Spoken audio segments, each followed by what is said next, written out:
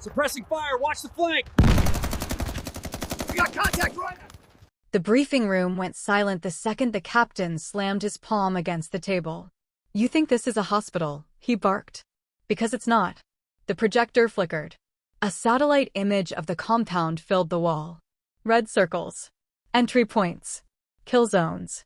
The rookie nurse didn't move. She stood near the back. Hands clasped behind her spine. Chin level. Uniform pressed so sharp it could cut paper. No rank beyond the thin silver bar on her collar. Captain Harris paced in front of the Marines like a man hunting something to break. "Let me make this simple," he said, stabbing a finger toward the image. "When bullets start flying, I don't need hesitation. I don't need opinions. I need compliance." His eyes landed on her. "And I definitely don't need medical staff wandering where they don't belong." A few soldiers shifted. No one spoke. The nurse kept her gaze forward. Harris stepped closer. Close enough that the edge of his boot nearly touched hers. "You were requested by command. That doesn't make you part of my unit." His voice dropped. Quieter. Sharper. "You stay behind the perimeter. You touch only who I tell you to touch." "Understood." A beat. "Yes, sir." Calm. Even. No tremor. He leaned in. "Say it like you mean it." "Yes, sir." The room felt smaller. Sergeant Cole cleared his throat. "Sir, with respect, if we breach the east corridor and take contact inside, she'll need proximity." Harris didn't look at him. "I didn't ask for proximity. I asked for obedience." Silence pressed down again. Outside, somewhere beyond the concrete walls, a helicopter engine wound down. Metal cooling. Distant voices. The low hum of generators. Harris straightened his uniform cuffs. This mission is fragile.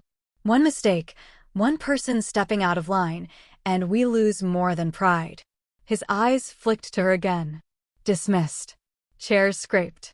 Boots moved. She remained still for 1 second longer than everyone else. Then the first burst of gunfire cracked through the air. Not distant. Close. Gunfire didn't echo in places like this. It swallowed the air. The first burst came from the west perimeter. Short. Controlled. Not random. Captain Harris didn't flinch. He turned toward the exit before most of the men had even processed the sound. "Gear up," he snapped. "This is not a drill." The room detonated into motion. Chairs scraped back. Rifles were snatched from racks. Plates adjusted. Radios checked. Discipline replaced surprise in less than 5 seconds. That was the difference between trained and untrained. The rookie nurse didn't run. She stepped to the side, allowing a fire team to pass through the narrow doorway without breaking formation. One Marine brushed her shoulder hard enough to test her balance. She didn't sway. Outside, the desert heat hit like a wall. Fine dust hung in the air, already disturbed by boots and rotor wash from the helicopter that had landed less than an hour ago. The forward operating base wasn't large, 2 concrete structures, reinforced perimeter barriers, a communications tent, and a medical trailer that looked temporary but had been standing for months. Temporary had a way of becoming permanent in places like this. Another burst of gunfire. Closer now. "Contact West Tower," someone shouted over the radio. Harris was already moving toward the sound, barking orders mid-stride. "Cole, flank left. Diaz, get eyes on that ridge. I want confirmation before we return fire." The hierarchy was visible in motion. Enlisted waited for command. Command waited for information. No one freelanced. Not here.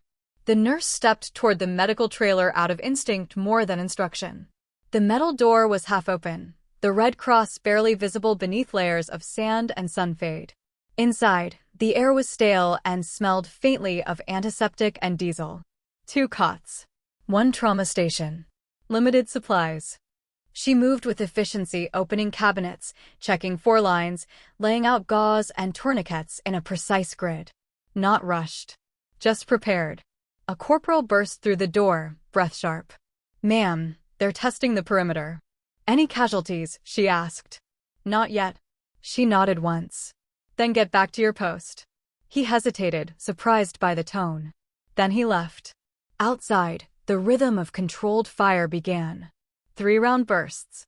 Pause. Response. Someone had taken position on higher ground beyond the west barrier. It wasn't a random assault. It was probing. The nurse stepped back into the sunlight. Captain Harris stood near a Humvee, scanning through binoculars. His posture was rigid but controlled. He had the bearing of a man who had been in command long enough to trust his instincts and distrust everyone else's. He lowered the binoculars. "They're not rushing," he muttered to Sergeant Cole. "They're measuring." Cole nodded. "Maybe seeing if we rotate." Harris's jaw tightened. "We don't rotate unless I say." Another crack. A Marine near the west barrier dropped to one knee. "Man down," a voice called. Everything shifted. The nurse was already moving. "Stay back." Harris barked the second he saw her step forward. The wounded Marine was 20 yards from the barrier, partially exposed. Blood darkened his sleeve. Not arterial, but deep. "I've got it," one of the corpsmen shouted, sprinting from the opposite side. The nurse stopped 3 paces short of the captain. "Permission to assist," she said. "No," Harris replied instantly. "You stay behind cover." The corpsman reached the Marine and dragged him behind a concrete barrier. The nurse watched the movement carefully, how the arm hung, how the leg twisted. She wasn't looking at blood. She was calculating damage. The corpsman's hands fumbled briefly before tightening a field dressing. The nurse's voice was steady. "Compression higher." The corpsman glanced up. Harris turned toward her slowly. "Did I ask for commentary?" he said. The corpsman adjusted anyway. The bleeding slowed. The nurse didn't react. She simply observed. The radio at Harris's shoulder crackled. "Unidentified movement East Ridge. Could be a second team." His eyes hardened. 2 directions. Coordinated. This wasn't a perimeter test anymore. "Diaz, confirm numbers." Harris ordered. "Static." "Then at least 4, maybe 5. Spread formation." The captain inhaled slowly. The kind of breath a man takes before committing to a decision that might cost lives. He turned to Cole. "They're drawing us west while positioning east." "Looks that way, sir." Harris scanned the layout of the base. The medical trailer sat near the center. Communications tent slightly north. If the East Ridge had elevation, and it did, they could see straight into the heart of the compound, including the trailer. His eyes flicked toward the nurse. For the first time, there was calculation there. "You," he said sharply. She met his gaze without challenge. "If this escalates, you stay inside that trailer unless I call you out." "Understood." "Yes, sir." "You do not move toward active fire. You do not override my corpsmen. You do not improvise." "Yes, sir." He held her stare 1 second longer, as if testing whether she would break eye contact. She didn't. Another Marine staggered toward cover, grazing wound along his thigh. The corpsman handled it quickly this time. Cleaner. Tighter. The nurse watched again. Not criticizing. Learning the rhythm of this unit. A convoy like this didn't normally carry additional medical staff. 1 corpsman per platoon was standard. The nurse had arrived that morning on special assignment from Regional Command. No explanation given to Harris beyond temporary attachment. Temporary attachments complicated chains of command, especially when bullets started flying. The gunfire paused. Silence stretched across the base in a way that felt deliberate. "They're repositioning," Cole murmured. Harris nodded. "Everyone hold." The wind shifted, carrying fine sand through the open spaces between barriers. Somewhere in the distance, metal clanged, loose paneling reacting to vibration. The nurse stepped backward toward the trailer as instructed. But she didn't close the door. Her eyes scanned the East Ridge. There was something wrong with the spacing of the rocks near the crust. Too symmetrical. Too intentional. A glint. Not sunlight. Glass. She felt it before she fully processed it. "Captain," the East Ridge erupted. Not probing fire. Sustained. Coordinated. Rounds tore through the communications tent first. Canvas shredded. Equipment sparked. A Marine dropped hard beside the antenna pole. "Sniper," someone yelled. The angle was high. Precise. The West team resumed fire immediately, trapping the unit in a cross pattern. Harris moved fast, dragging one soldier behind a Humvee, shouting orders over chaos. Suppress East Ridge. Move. Move. But suppression from below against elevation was slower. Messier. Another round slammed into the side of the medical trailer, metal ringing like a struck bell. The nurse didn't duck. She calculated distance, wind, angle, and for the first time since the briefing room, her expression changed not with fear, with recognition. The second round punched through the trailer wall and shattered a cabinet inside. Glass rained onto the metal floor. Inside, Captain Harris roared, grabbing the rookie nurse by the upper arm and shoving her toward the door.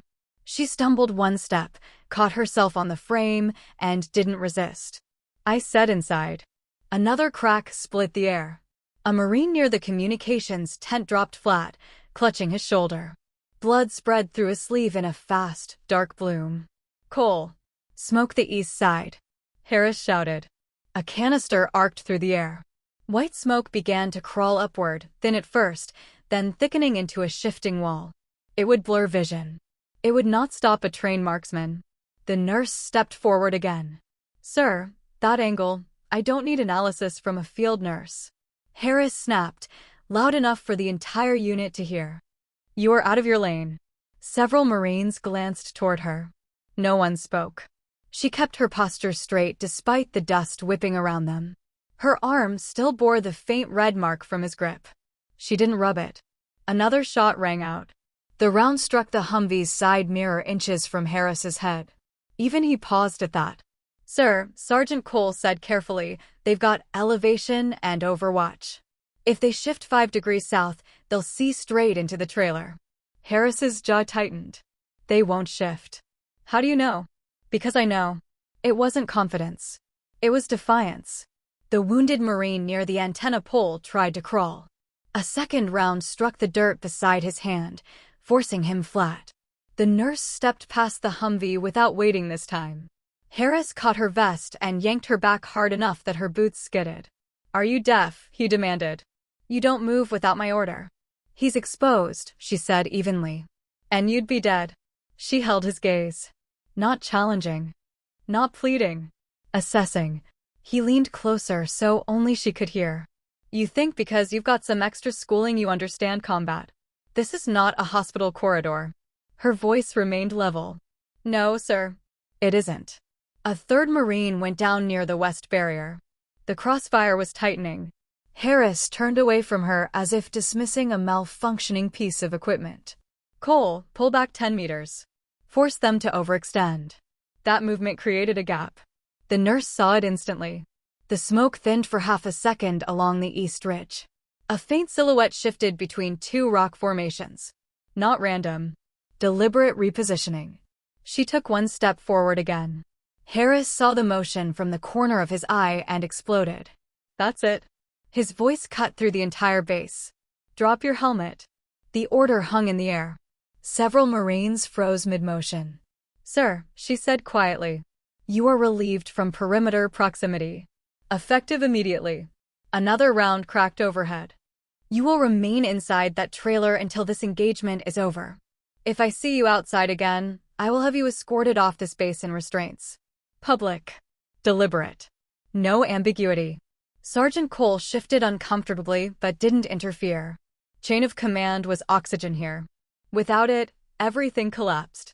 The nurse bent, unclipped her helmet, and set it on the hood of the Humvee. Slowly. Controlled. No visible anger. Harris gestured toward the trailer. Inside. Now. She walked. Not rushed. Not shamed. But every Marine watching felt the weight of it. Another impact slammed into the dirt near the wounded Marine by the antenna pole. His movements were weaker now. Sir, he's losing blood, Cole said, urgency bleeding through discipline. I know he is. The corpsman tried to reach him again, but the angle of fire forced him back. The nurse stopped at the trailer door. She looked once more at the east ridge. The silhouette had shifted again. Lower. Adjusting for wind. The shots were too consistent to be scattered insurgents. This was one shooter controlling rhythm. Another burst from the west forced the unit to split attention again. Harris barked into his radio for aerial reconnaissance, but the nearest drone support was 20 minutes out. 20 minutes was a lifetime. The wounded Marine near the antenna pole stopped moving. The nurse's jaw tightened almost imperceptibly. Inside the trailer, she didn't sit. She didn't pace. She moved to the small metal table and opened a locked case that hadn't been touched since her arrival that morning. Inside lay equipment not typical for a forward aid station. Precision optics, range cards, wind meter. She didn't remove anything yet. Another round struck the trailer's exterior, closer this time. Metal screamed. Outside, Harris repositioned again, pulling his men tighter toward the center. Defensive clustering. It protected manpower. It conceded ground. "Sir, they're walking us in," Cole warned. "I see that." But the captain's earlier certainty was thinning. The east ridge went quiet for 3 full seconds. Then a single, measured shot. It punched through the communications console that powered their long-range frequency. Sparks erupted. Radios crackled and died. The base fell into a different kind of silence, one without external connection. Cole looked at Harris. No words were needed. They were isolated. The nurse stepped back into the doorway. Harris saw her and his face darkened. "I gave you an order." "Yes, sir." "Then follow it." Another Marine stumbled, clutching his side.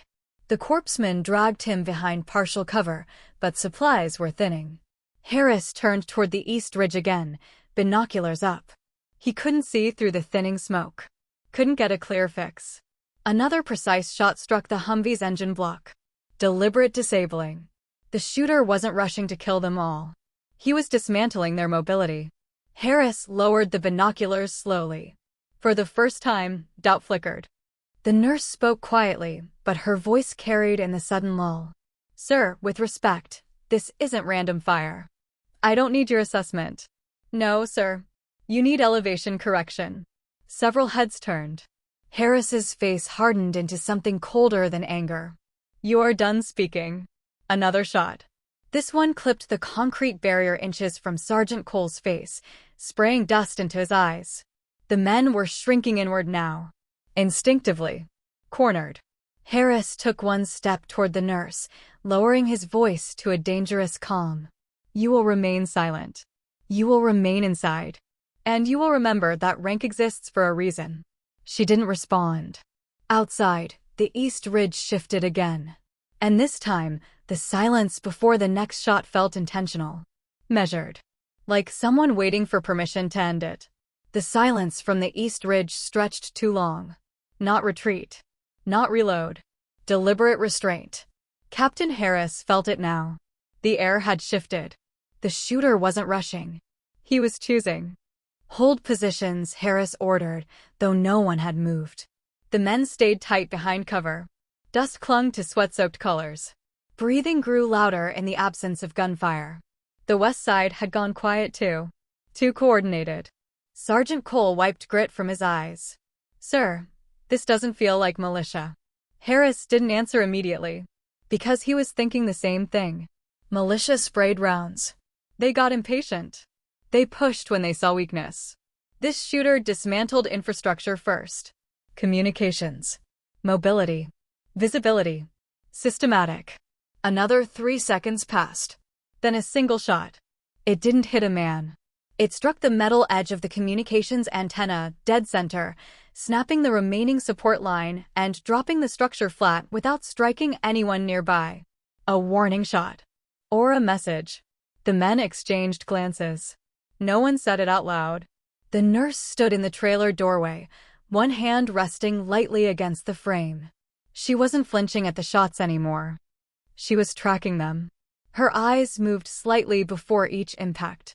A corporal crouched beside the Humvee whispered to another Marine, "How is she calling that?" "Shut up," the other muttered. Harris heard it anyway. He turned toward her again. Not angry this time. Evaluating. "You seem calm," he said flatly. She didn't respond to the tone, only the content. "Panic wastes oxygen, sir." It wasn't defiant. It wasn't submissive. It was clinical. Another round struck the dirt 2 inches from a fuel container stacked near the rear barrier.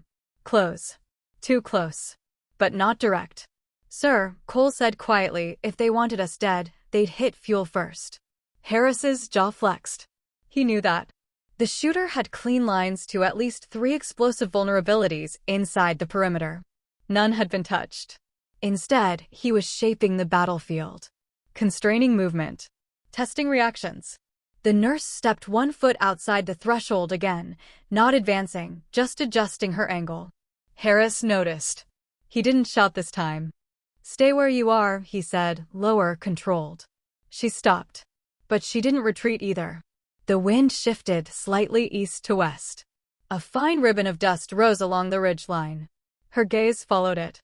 A faint glint appeared again between 2 rocks. Not steady. Breathing-induced movement. She inhaled slowly. Behind Harris, a young private swallowed hard. His rifle shook slightly in his grip. Not from cowardice, just from pressure.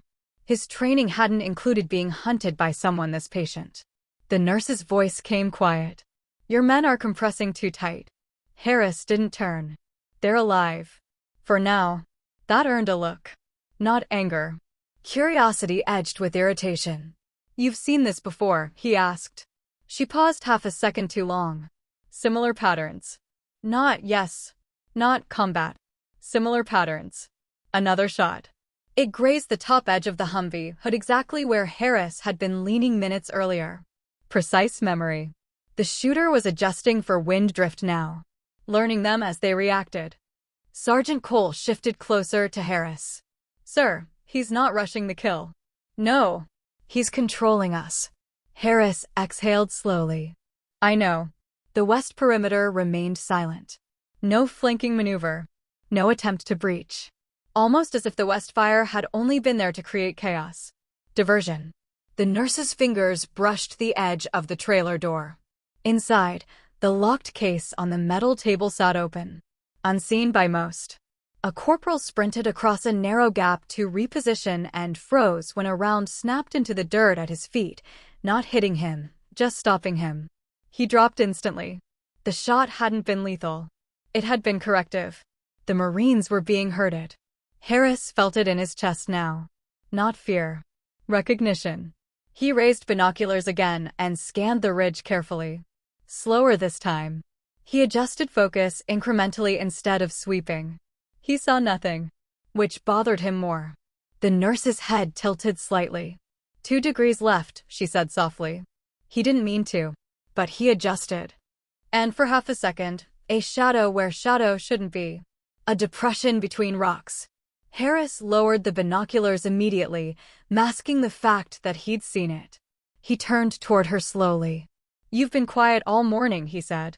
Yes, sir. You didn't challenge me in the briefing. No, sir. But you're giving firing corrections now. She didn't answer right away. Another shot cracked overhead, this one intentionally wide, far above them. Testing reaction speed. The private with the shaking rifle flinched hard. The nurse's eyes flicked to him. Breathe through your nose, she said quietly, not looking at him directly. The private did. His hands steadied slightly. Harris noticed that too. He didn't like noticing it. Who assigned you here? He asked.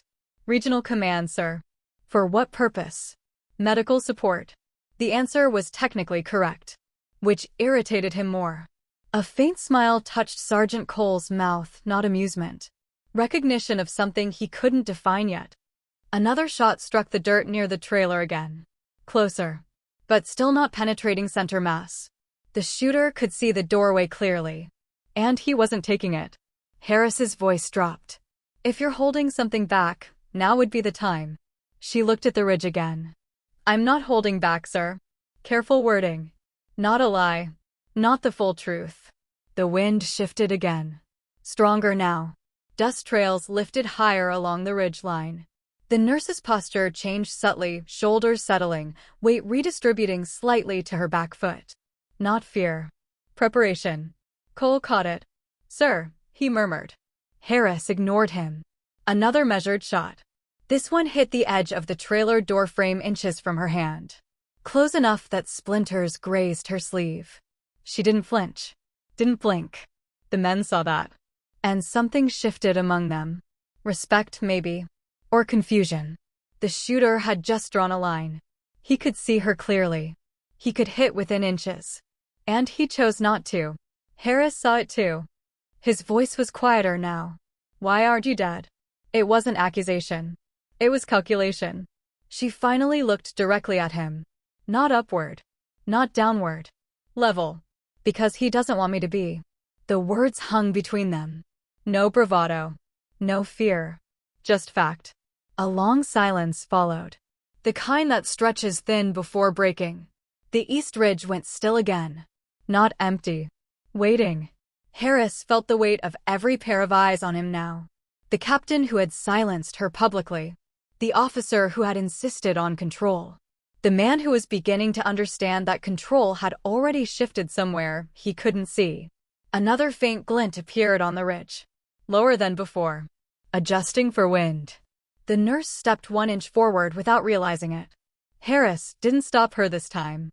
Because something in his instincts was whispering the same thing hers had recognized minutes ago. This wasn't random. This wasn't chaotic. And it definitely wasn't over. The next shot didn't come. That was what unsettled everyone. The East Ridge stayed quiet long enough for the sound of the wind to return.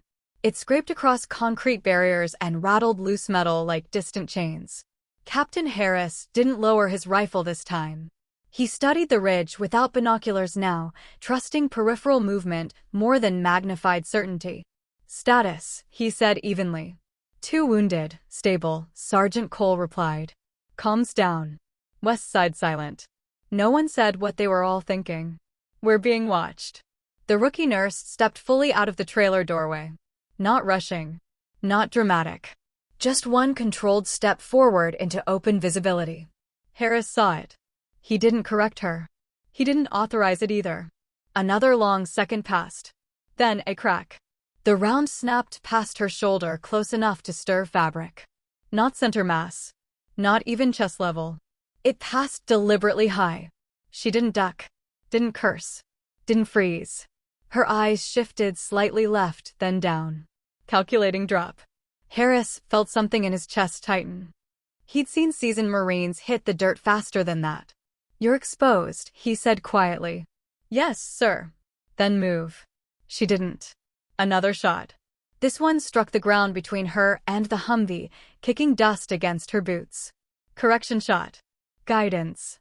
She took one slow step backward. Not in fear. In alignment. Sergeant Cole's brow furrowed. Sir, that's not harassment fire. No, Harris murmured. The shooter wasn't trying to suppress her. He was communicating. The nurse's gaze locked onto a slightly darker seam between 2 rocks on the ridge. Her breathing slowed visibly, shoulders barely moving now. Harris noticed something else. She wasn't squinting. Most people strain their eyes when scanning distance under glare. She wasn't straining. She was focusing. A young private shifted nervously.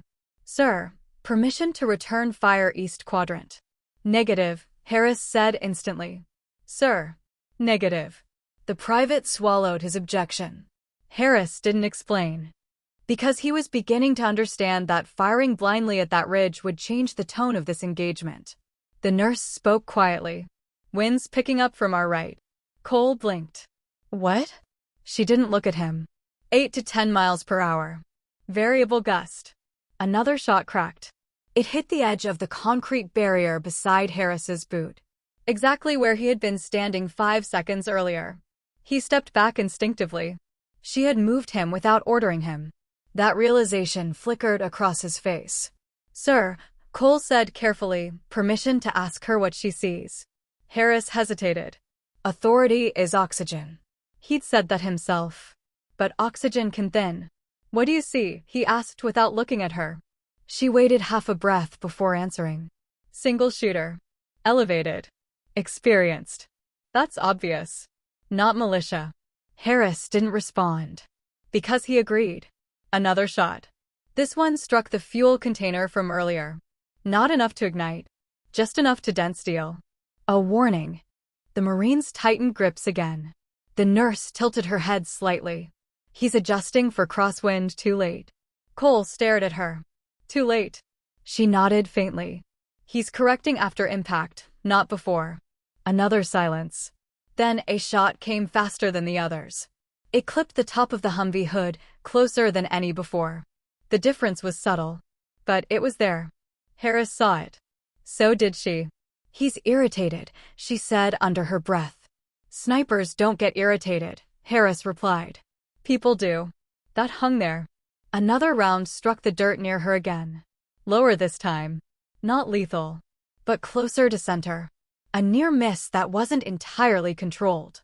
Her expression shifted for the first time. Not fear. Assessment. "Something changed," Cole muttered. The nurse's eyes narrowed slightly. West team repositioned. Harris looked west instinctively. No gunfire. No visible movement. But something in the rhythm felt off. Another shot. It hit the metal edge of the trailer behind her shoulder. Closer again.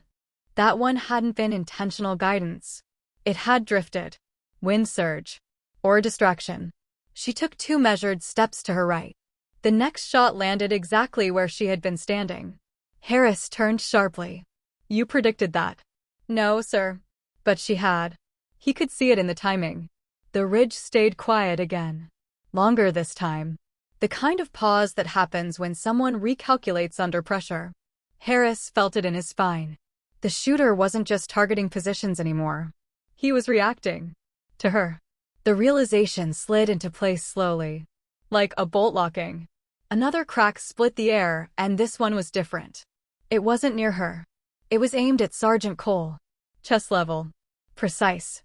But at the last fraction of a second, the round struck the upper edge of his plate carrier instead of center mass. It knocked him backward hard.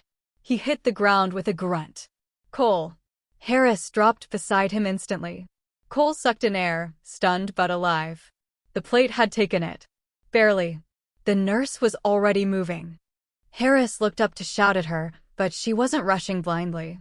She stopped 3 feet from Cole, eyes fixed on the ridge, not the wound. "He didn't mean to miss," she said quietly. Harris stared at her. "What?" "That was a correction shot." Cole coughed, pulling himself upright. "You're saying he slipped?" She shook her head slightly.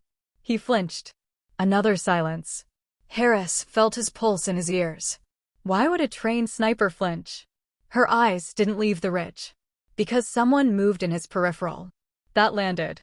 Heavy. The west perimeter had gone silent earlier. Too silent. Harris's gaze flicked west again.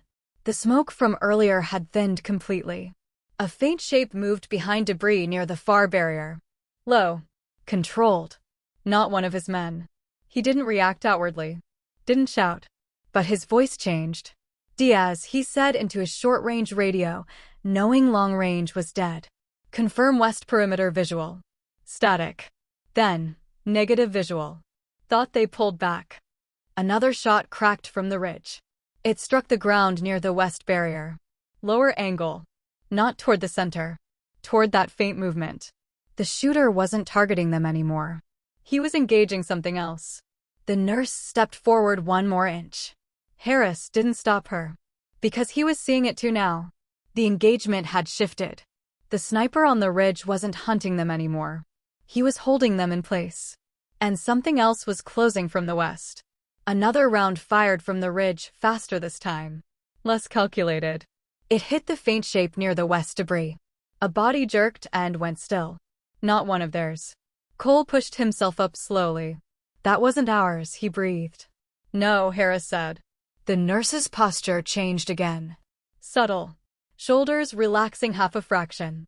The sniper fired twice more in quick succession toward the west. Then silence. Complete. The kind of silence that means an equation has resolved. No more west movement.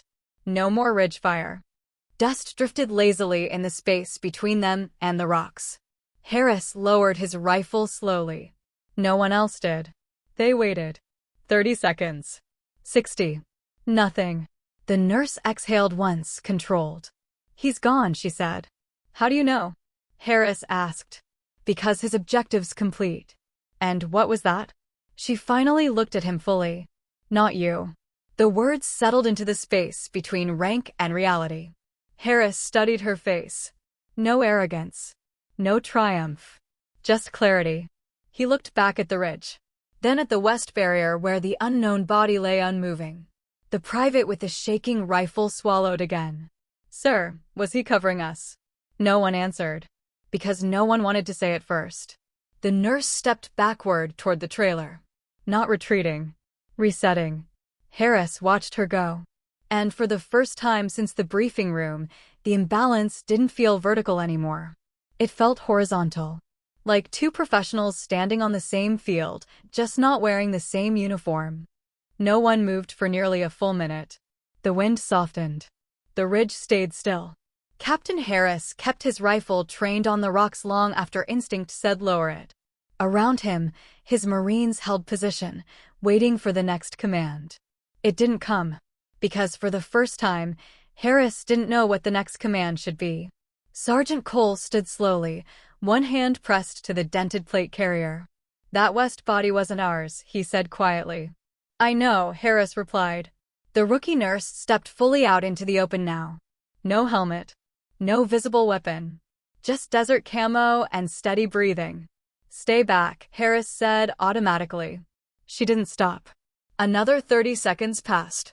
Then a faint movement appeared on the east ridge. Not a muzzle. Not a glint. A hand. Raised. Open. Empty. Every rifle on the base snapped up in unison. Hold fire. Harris barked instantly. The hand lowered. A figure stood from behind the rock slowly, deliberately visible. Desert ghillie hood pushed back. Rifle slung across chest. Not militia.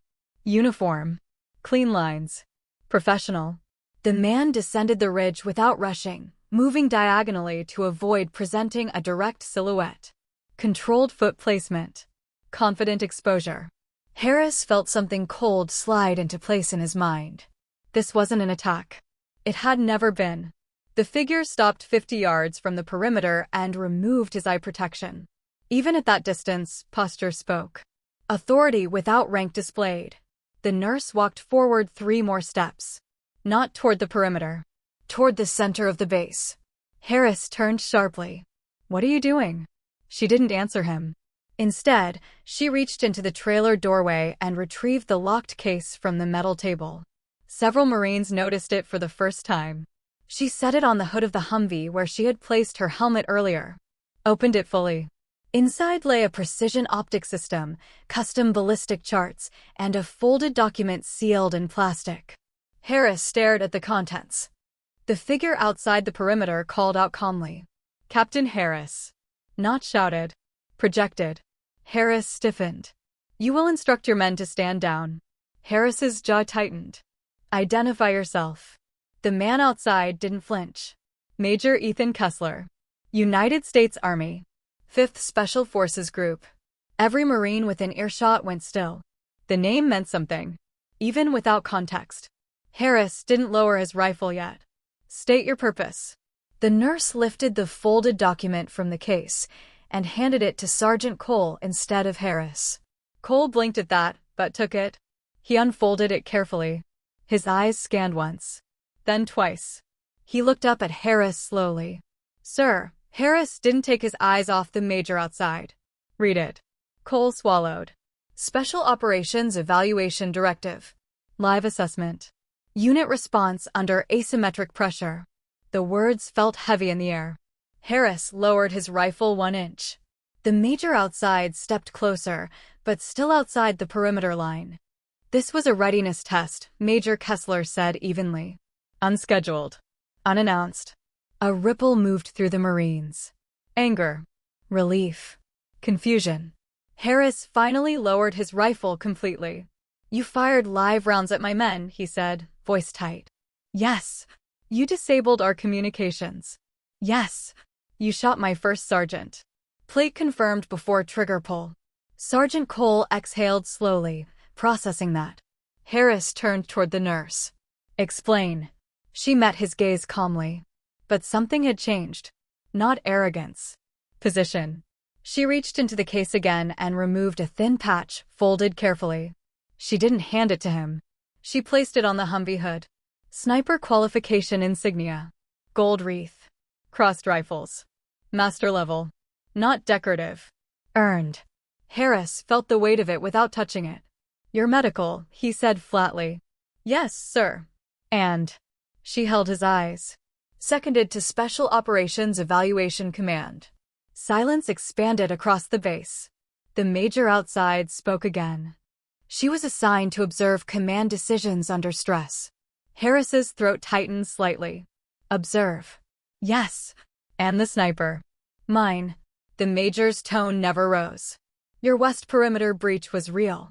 2 hostile scouts approaching under cover of smoke from earlier engagement reports. You didn't detect them. Harris didn't respond. Because he knew it was true. The sniper neutralized them, the major continued.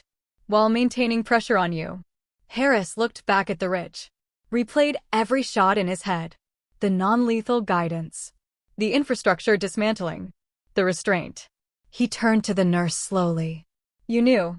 She didn't nod. Didn't confirm verbally. But she didn't deny it either. You let me remove you from the field. Yes, sir. You let me silence you. Yes, sir. No accusation in her voice. Just acknowledgement. Harris glanced at his Marines. Every one of them was watching. Not with mockery. Not with rebellion. With recalibration. Authority in a unit isn't just rank. It's perception. The major stepped through the perimeter now unchallenged. His rifle remained slung. His posture relaxed but alert. He stopped 5 feet from Harris. Your defensive clustering would have resulted in heavy casualties under a true crossfire, he said evenly. You compressed center mass and conceded elevation. Harris's jaw tightened again. You're telling me what I already know. Yes. The major's gaze shifted briefly to the nurse. She attempted to correct you. Harris didn't look at her. I gave an order. You did. A beat. And you silenced your most experienced asset. That landed harder than the earlier gunfire. No one spoke. The wind moved lightly across the compound. The major continued, not unkindly. She holds 2 combat deployments as Overwatch sniper before cross-training medical. Purple Heart recipient. Top 1% long-range qualification in her cohort. A visible shift moved through the Marines. Not dramatic, but undeniable. The private with the shaking rifle straightened slightly. Sergeant Cole looked at her with something close to respect. Harris finally met her eyes again. No anger left there. Just recognition. You were correcting for wind before impact, he said quietly. Yes, sir. You saw the west breach. Yes, sir. You stayed silent. Yes, sir. Why? She didn't hesitate. Because you were in command. The simplicity of it cut deeper than accusation ever could. The major stepped back slightly, giving space. This evaluation is complete, he said. Formal report will follow. Harris didn't look at him. His eyes stayed on the nurse. On the helmet still resting where he had ordered it removed. On the patch lying openly in the dust. The power in the compound had shifted. Not explosively, but permanently. He inhaled slowly. Then did something none of the Marines expected. He stepped back half a pace. Clearing space beside him. Not in surrender. In acknowledgement. The gesture was small. But in a military unit, it was unmistakable. The wind had calmed. Dust settled over the Humvees and sandbags like a thin layer of ash. The ridge lay quiet. No one moved for a long beat, just listening to the low hum of the generators, the occasional drip from a metal roof, and the distant rotor of the helicopter that had lifted off during the engagement. Captain Harris lowered his rifle fully, letting it rest against his chest. For the first time all morning, he allowed himself to exhale. The Marines around him were doing the same, but not fully. Eyes still scanned, muscles still tense. Even when the danger had passed, the adrenaline didn't. Sergeant Cole wiped sweat and grit from his forehead and shoulders. Sir, we need a status check on all wounded, he said. His voice was steady, but Harris could hear the underlying tremor, the same tremor he felt himself. Harris nodded. Do it. The corpsmen and medics moved swiftly, checking vitals, securing dressings, and cataloging injuries. None of them needed direction beyond their training, but the nurse was already there, kneeling beside the first Marine who had taken a grazing wound earlier. She worked quickly, methodically, her hands steady even as blood seeped through gauze. The young private with the shaking rifle approached her hesitantly. "Ma'am, thank you," he said quietly. She looked at him for only a moment, not in acknowledgement, but to check his posture. Then her attention returned to the casualty. Harris watched the interaction from a few feet away, arms crossed. He hadn't given her permission to move so freely earlier. Not that it would have made a difference. He now realized the weight of her expertise was far beyond anything he could command. Minutes passed. No one spoke unnecessarily. Even the relief that had started to ripple through the base remained constrained by training and the memory of the precision of the sniper, and the awareness that the nurse had seen it all and remained silent until the right moment. Finally, the helicopter returned, landing with the familiar roar of downdraft. Supplies, a medic replacement, and command observers disembarked. The new team immediately noticed the order in the base, the Marines still positioned cautiously, but no longer in panic. Major Kessler stepped off the helicopter, helmet in hand. Harris straightened instinctively, despite the fatigue and humiliation simmering below his discipline. Kessler's gaze scanned the compound quickly, resting briefly on Harris, then the nurse. No words, only assessment. Harris approached him. "Sir, the evaluation." Kessler nodded slowly. "Complete. You managed perimeter defense under extreme pressure. You followed standard protocol. You missed certain crossfire opportunities. But overall, your unit remained intact. That is a win." Harris exhaled sharply. "Understood." Kessler's eyes flicked to the nurse. He didn't say anything, just a faint nod. That was enough. Harris understood. She had passed her own assessment silently, without interfering, without alerting him prematurely, and without creating unnecessary tension among his men. The nurse finally stood, straightening her uniform. No one had asked her to. No one needed to. The Marines watched her as if seeing someone who had always been there suddenly revealed layers they hadn't known existed. Cole approached Harris quietly. "Sir, she didn't have to correct your positioning. Not publicly. Not during the firefight. That was exceptional restraint." Harris didn't respond immediately. He was still processing what had just occurred. The power dynamics in the compound had shifted without a single raised voice beyond orders. The Marines, who had looked to him for authority all morning, had seen a new standard demonstrated quietly, efficiently, and undeniably. The rookie nurse packed up the equipment she had used, range cards, optics, and tactical notes, without fuss. She didn't brag. She didn't assert dominance. She simply prepared for the next phase of duty. The wounded were stabilized. The dust began to settle, both physically and emotionally. The tension didn't vanish completely. It never would, not after what they had seen. But it shifted into something more manageable, vigilance tempered by respect, awareness tempered by humility. Harris walked past the trailer, pausing to glance at the patch on the Humvee hood. The insignia glinted in the afternoon sun. For the first time, he acknowledged, silently, that rank and authority were not always tied to command alone. Experience, observation, restraint, they could redefine the chain of command in ways he hadn't anticipated. Cole, the private, and the remaining Marines gathered briefly for a debrief. Their language was precise, disciplined. Observations were noted. Actions were catalogued. No exaggeration. No embellishment. Just the facts of a complex engagement executed under unexpected pressure.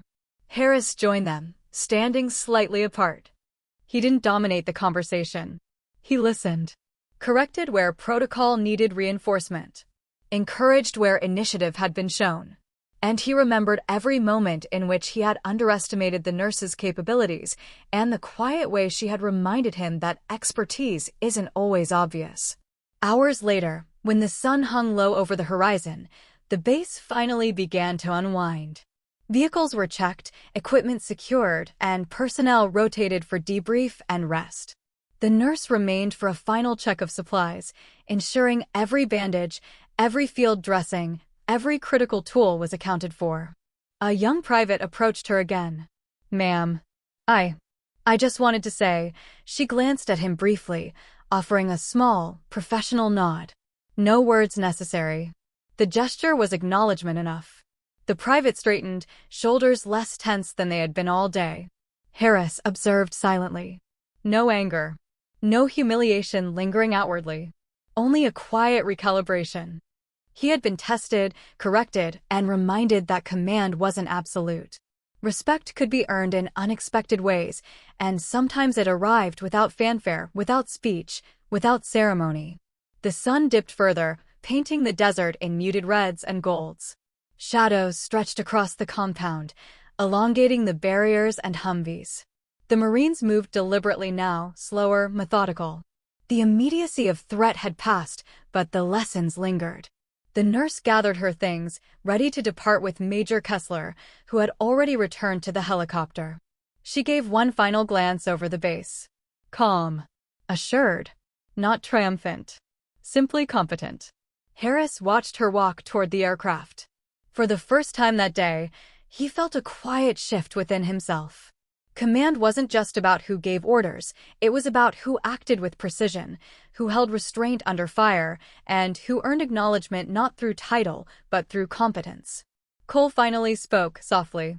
Sir, she changed how we operate today. Quietly. But fundamentally. Harris nodded. No words. Only the recognition that his unit had survived because someone outside the immediate chain of command had intervened subtly, decisively, and without spectacle. Even as night settled over the base, the Marines remained alert. But the tension had transformed. It was no longer raw fear or anger at authority, it was understanding. Respect tempered by experience. The kind of respect that doesn't need words. Harris remained near the command tent, quietly observing. Every decision he would make in the coming days would carry the memory of what had unfolded, the precision, the restraint, and the subtle assertion of expertise by someone he had underestimated. And in that quiet, still moment, he understood that consequences weren't about punishment or vengeance.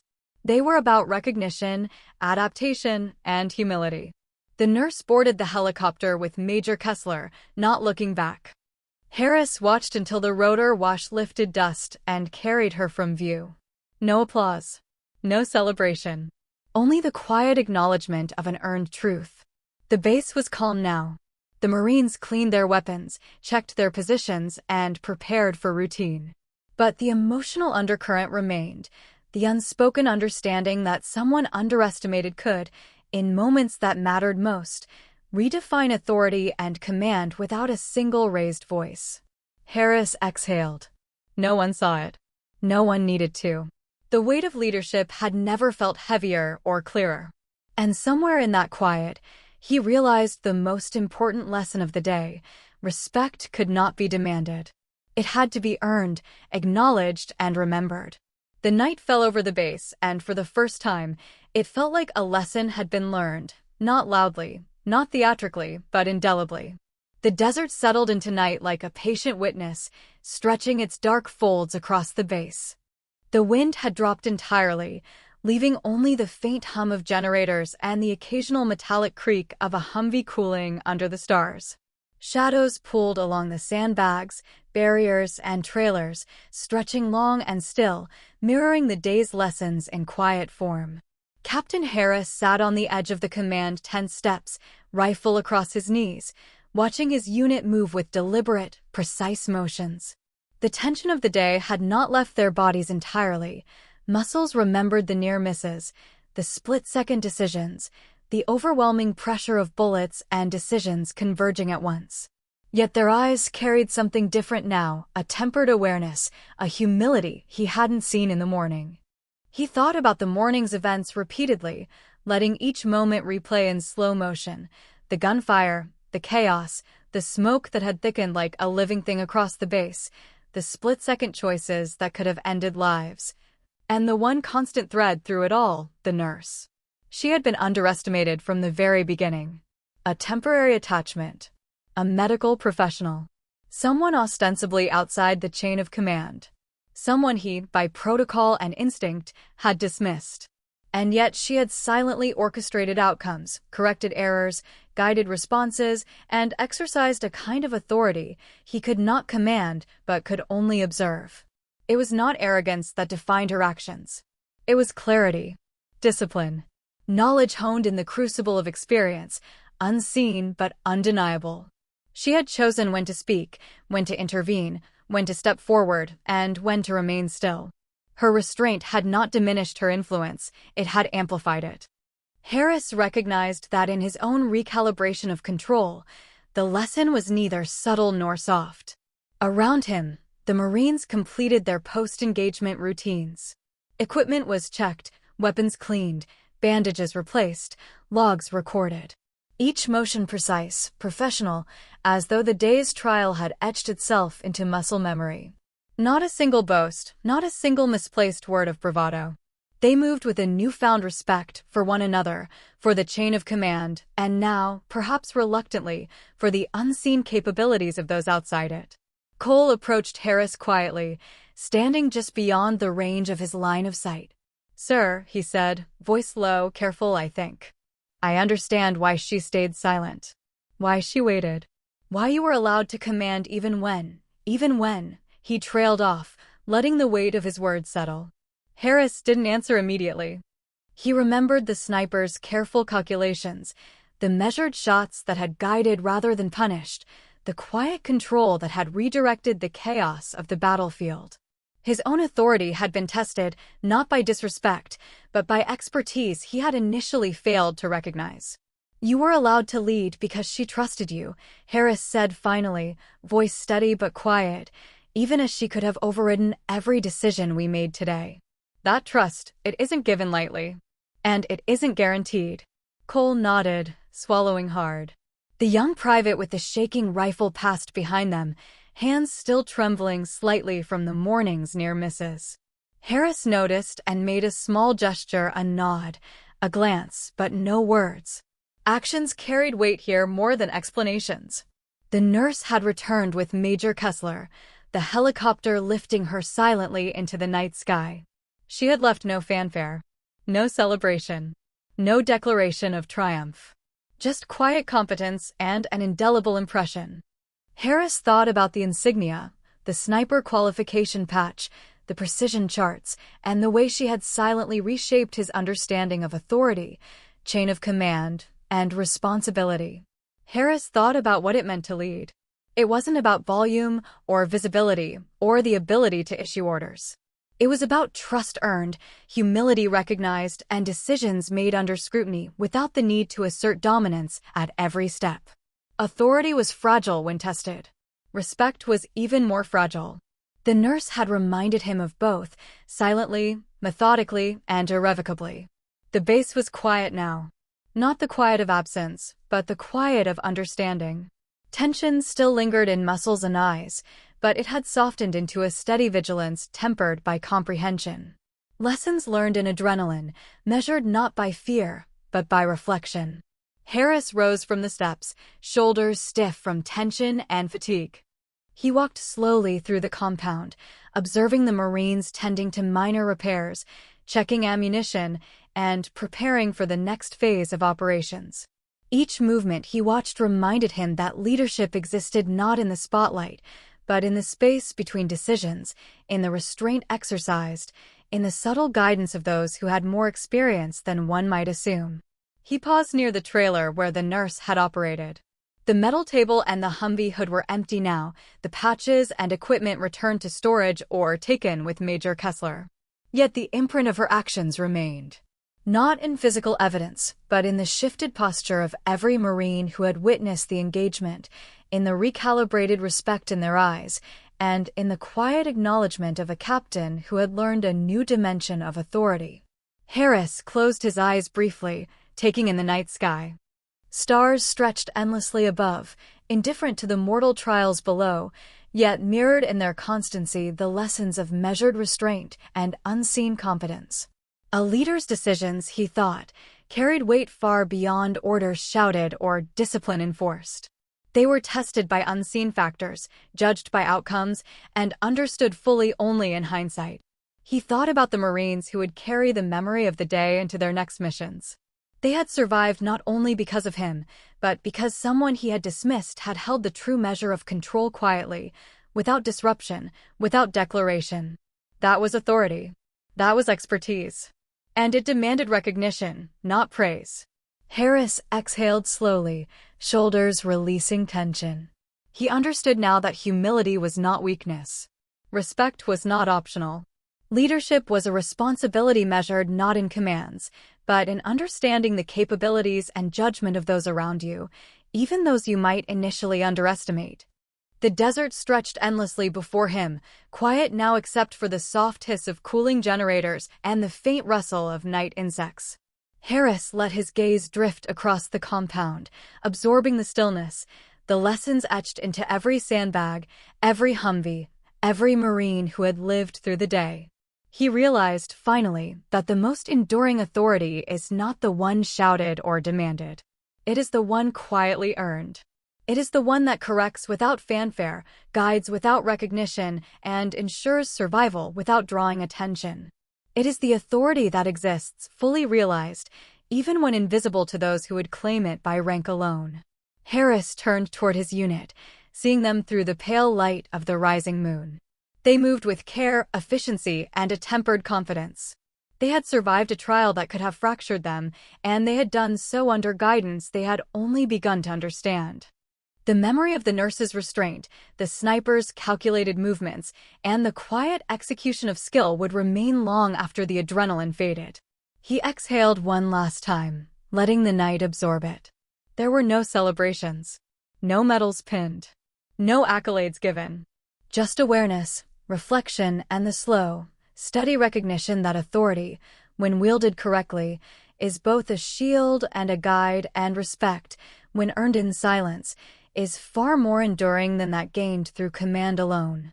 And as Harris finally closed the trailer door behind him, the desert wind brushing faintly against his back, one thought lingered longer than the memory of gunfire, smoke, or chaos.